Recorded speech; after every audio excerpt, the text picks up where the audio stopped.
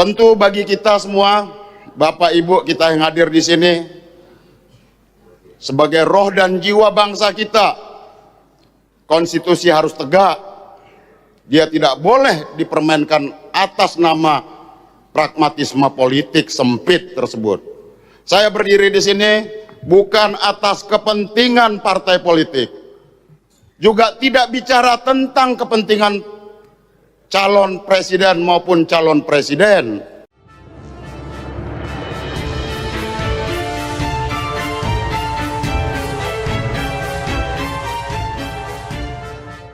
Assalamualaikum warahmatullahi wabarakatuh. Salam sejahtera untuk kita semua, salam budaya.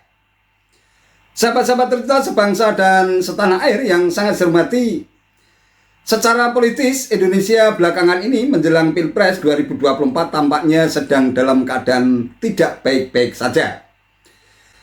Hal itu terkait dengan putusan MK yang mengabulkan gugatan judicial review terhadap Undang-Undang Pemilu yang semula batasan usia capres-cawapres itu minimal 40 tahun, tetapi oleh MK diubah normanya menjadi seseorang yang menjadi kepala daerah atau pernah memiliki pengalaman atau sedang menjadi kepala daerah, baik itu gubernur, bupati atau wali kota yang dipilih melalui pemilu, bisa menjadi capres-cawapres meskipun usianya belum mencapai 40 tahun. Putusan MK ini sontak saja membuat keributan dan kegaduhan politik dari sejumlah kalangan, termasuk diantaranya adalah kubu PDIP. PDIP yang memiliki sejarah yang cukup panjang dengan Presiden Jokowi sejak menjadi wali kota Solo selama 2 periode, kemudian menjadi gubernur DKI Jakarta, kemudian membesarkan pamor politik Presiden Jokowi menjadi Presiden Republik Indonesia selama 2 periode.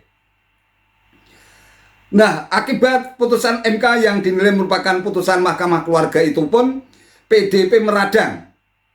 Salah seorang politisi PDIP, Masinton Pasaribu, yang selama ini gencar pasang badan ketika Presiden Jokowi dinista dan dihinakan oleh para pembencinya dengan menggunakan kata-kata yang dinilai tidak beradab dan tak bermoral, berbalik sikap politiknya 180 derajat, ikut-ikutan menghujat Presiden Jokowi meskipun tidak disebut-sebut nama orangnya. Namun dari konteks pembicaraan yang ia lontarkan di ruang-ruang publik, Masinton tampaknya jelas menjadikan Presiden Jokowi ini merupakan sasaran politik terkait dengan putusan MK tersebut. Dalam rapat paripurna di Senayan, Jakarta, Masinton Pasaribu pun dengan menggunakan kata-kata yang cukup lantang dan menggebu-gebu mengusulkan untuk diadakan hak angket bagi DPR terkait dengan putusan MK tersebut. Masinton mengungkapkan hal itu terkait dengan putusan MK tentang syarat usia capres dan cawapres dalam mempertimbangkan usulannya. Dengan lantang, Masinton berteriak bahwa hukum dasar konstitusi adalah roh dan jiwa semangat sebuah bangsa.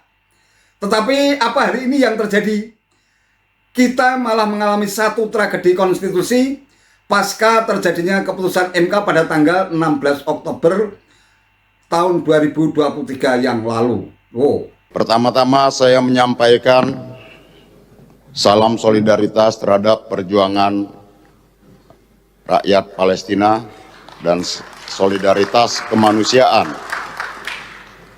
dan solidaritas kepada saudara-saudara kita, masyarakat, rakyat di Tanah Rempang, Kepulauan Riau yang sedang berjuang melawan agresivitas modal yang menghilangkan hak-hak rakyat tersebut. Saudara-saudari,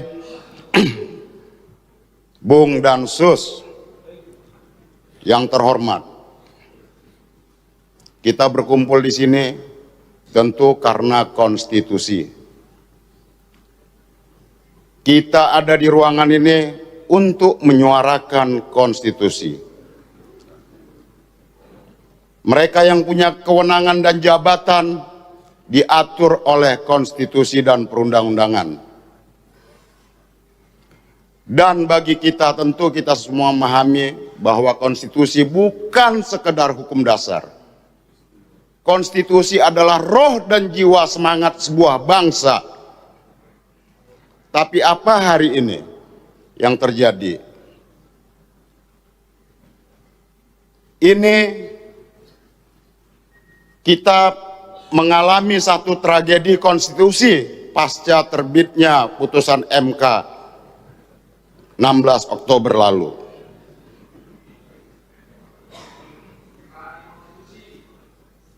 Ya, itu adalah tirani konstitusi.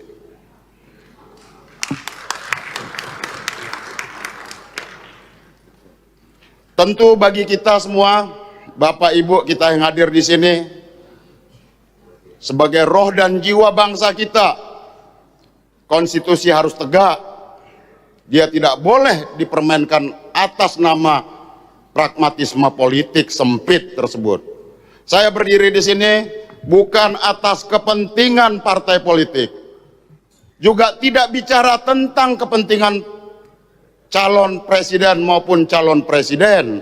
Saya tidak bicara tentang calon presiden saudara Anies dan saudara Muhaimin Iskandar. Saya tidak bicara tentang Pak Ganjar dan Prof Mahfud. Saya juga tidak bicara tentang Pak Prabowo beserta pasangannya. Tapi saya bicara tentang bagaimana kita menjaga mandat konstitusi, menjaga mandat reformasi dan demokrasi ini.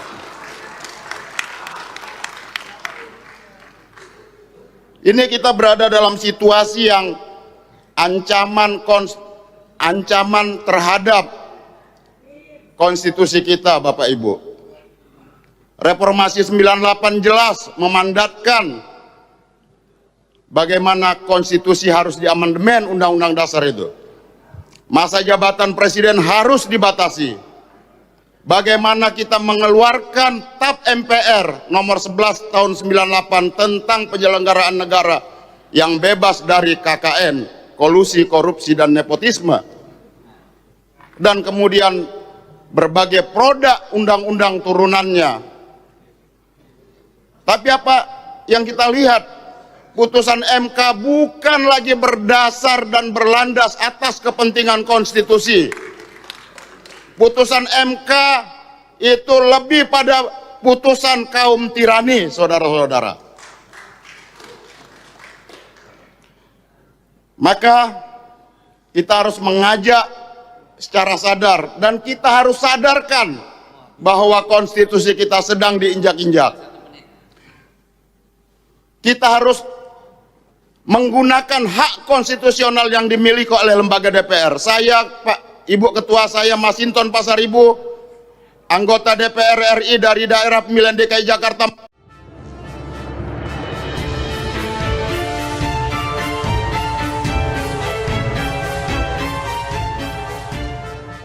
Sahabat-sahabat kita sebangsa dan setanah air yang sangat saya hormati, kita sebenarnya tidak mempersoalkan seandainya seorang politisi PDIP Masinton Pasaribu ini menyampaikan kritikan bahkan serangan yang cukup pedas kepada Presiden Jokowi.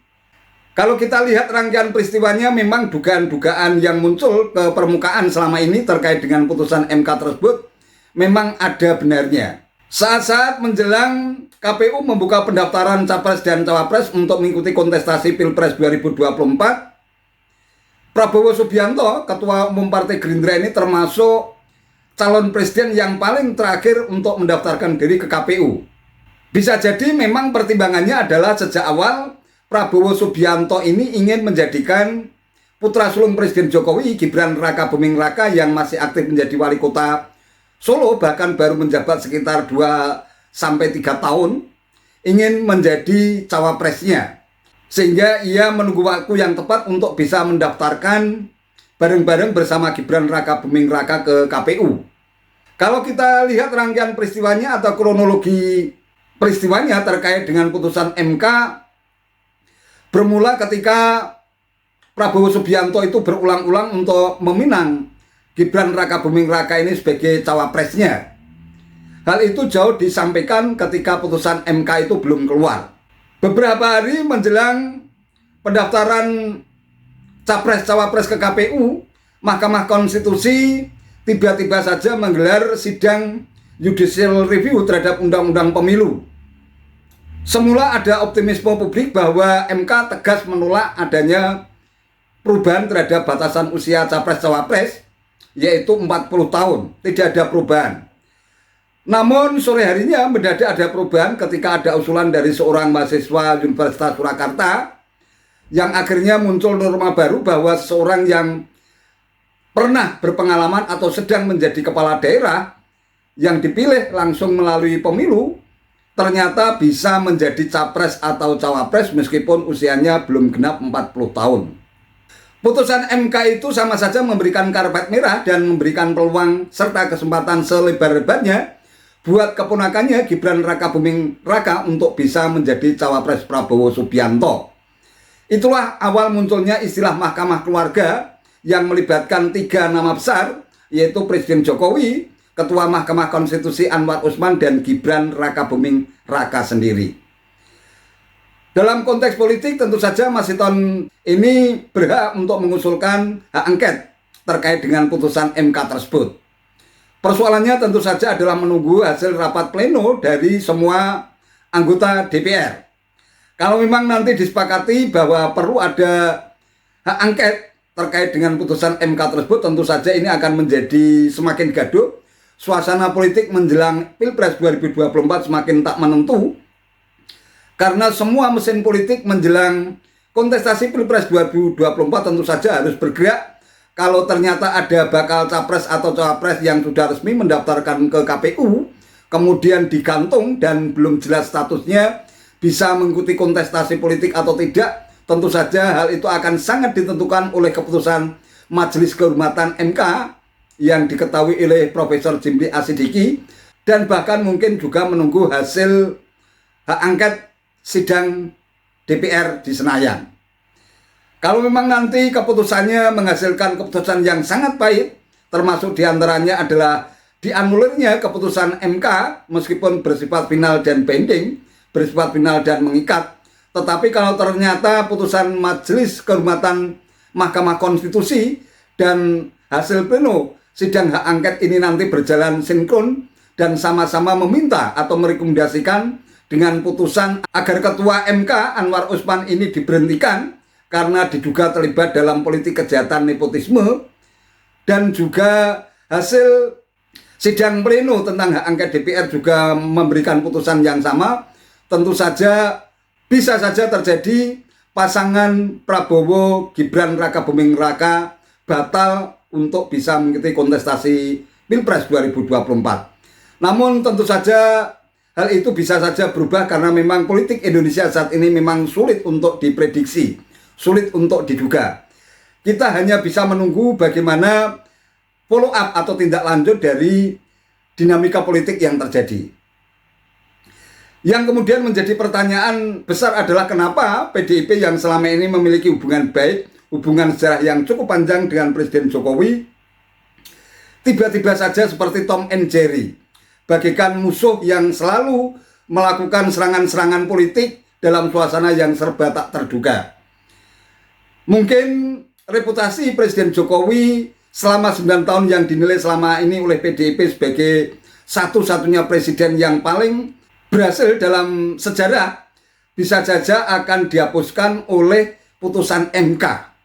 Sungguh disayangkan memang hubungan sejarah yang cukup panjang sejak menjadi wali kota Solo, gubernur DKI hingga presiden 2 periode, sejarah yang sangat panjang, sejarah yang begitu lama terukir oleh PDIP dan juga Presiden Jokowi tiba-tiba dihancurkan oleh putusan yang dinilai syarat dengan unsur nepotisme.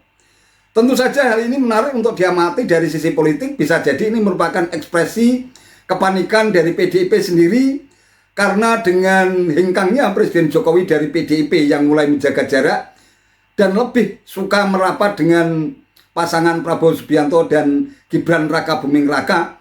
Tentu ini menjadi kerugian elektoral politik yang cukup luar biasa dan bisa jadi muncul kepanikan dan kekhawatiran bahwa pasangan Ganjar Pranowo dan Mahfud MD bisa saja gagal untuk memenangkan kontestasi Pilpres 2024. Ini hanya dari tafsiran satu sisi. Meskipun demikian, dari sisi yang lain bisa jadi kerenggangan hubungan, memanasnya hubungan antara PDIP dan Presiden Jokowi bisa jadi merupakan persoalan-persoalan personal, persoalan-persoalan privat terkait dengan, dalam tanda kutip, rasa tidak nyaman terhadap PDIP yang dirasakan oleh Presiden Jokowi terkait dengan stigma yang selama ini lekat pada dirinya.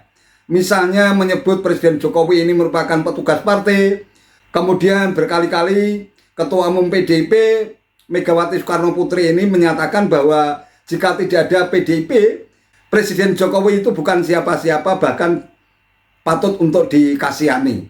Bisa jadi persoalan-persoalan privat yang secara manusiawi sangat menyinggung perasaan Presiden Jokowi semacam itulah yang membuat Presiden Jokowi mulai renggang, mulai menjaga jarak dengan PDIP, sehingga ia ingin terlepas dari bayang-bayang kebesaran terah Soekarno melalui Megawati Soekarno Putri. Wallahu a'lam bishawab.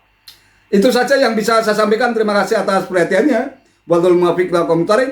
Wassalamualaikum warahmatullahi wabarakatuh.